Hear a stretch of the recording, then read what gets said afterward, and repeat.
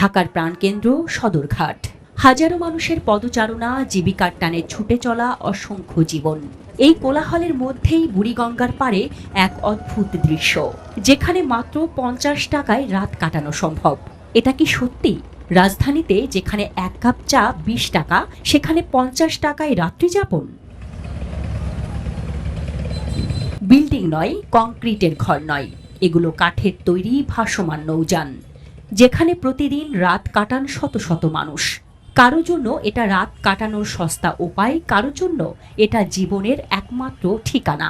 গরিব মানুষ, সকাল মানুষ আমরা থাকি, দুইজন এক রুমে থাকা যায়, ছোট সিঙ্গেল রুম। হ্যাঁ, দুইজন এক রুমে থাকা যায়, 120 টাকা নেয়। দুইজন এক জায়গায় থাকি, 60 টাকা করে দিতে হয়।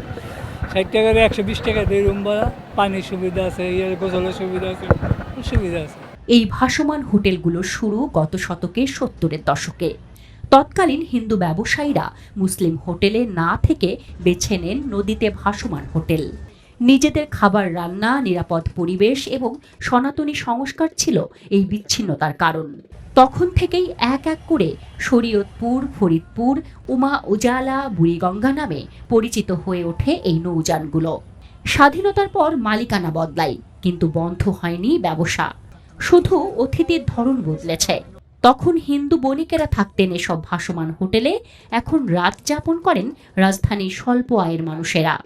71-এ দেশ স্বাধীন হয়েছে, 74-এ যাইয়া আমরা হলো সরকার অনুমোদিত ট্রেড লাইসেন্স পাইলাম মেজর শফিউল্লাহ সাহেবের আমলে। আপনার সদরঘাট থেকে ওয়াজঘাট থেকে আপনার আচান মসজিদ, ওইখানে যখন ছিল তখন সিট ভাড়া ছিল না, লোক ঘুমাইতো, আর ভাতের হোটেল ছিল, তখন ভাত খাইতো।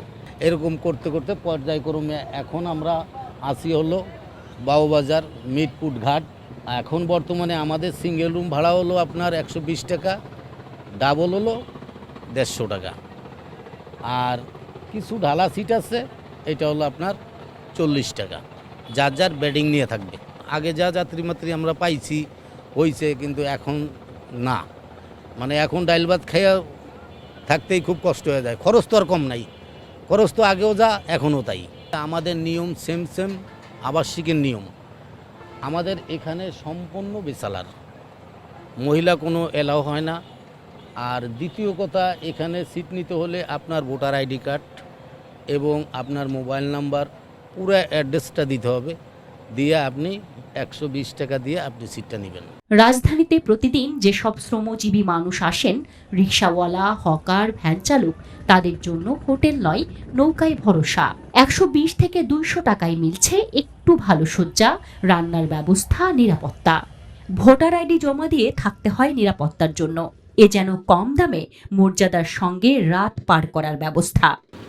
120 টাকায় যে থাকি, মনে করেন খুব ভালো আমাদের জন্য ভালো লাগে। কেটে আমরা অল্প টাকায় থাকতে পারি খুব ভালো জায়গায়, এবং থাকাও ভালো। মনে করেন ব্যবসা বাণিজ্য সব কিছুই করতে আরাম পাওয়া যায়। মনে করেন কাছে দোকান, মনে করেন মালও আনি কম টাকায়, দাম টাম কম পড়ে, এবং ব্যবসা বাণিজ্য সব কিছুই ভালো। এবং যে এই জায়গায় থাকি যে নিরাপত্তা আছে, ঠিক আছে, আমাদের কোনো দয় ঝামেলা হয় না। আর এই যে বিদ্যুৎ তো মনে করেন 24 ঘন্টা থাকে। এখানে অনেক সুবিধা, মনে করো অনেক সুবিধা, কারেন্ট আছে, পানি আছে, সবই পাই, টয়লেট, সব কিছু মিলে অনেক ভালো, অনেক সুন্দর। এখানে খাওয়া দাওয়ার কোনো ব্যবস্থা নাই, শুধু মনে করেন রাত 150 টাকা করে নেয়, আর বাইরে খাওয়া দাওয়া করা লাগে।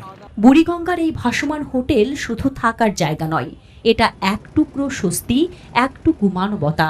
একটি শহরে যেখানে ঘুমানোর জায়গা পাওয়াও লাক্সারি হয়ে গেছে, সেখানে এই নৌকা যেন গরিবের ত্রাণ কেন্দ্র।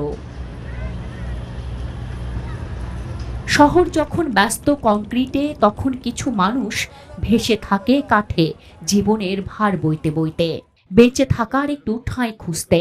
ভাসমান হোটেল নামটা যতটা সাধারণ, বাস্তবতা ততটাই অসাধারণ।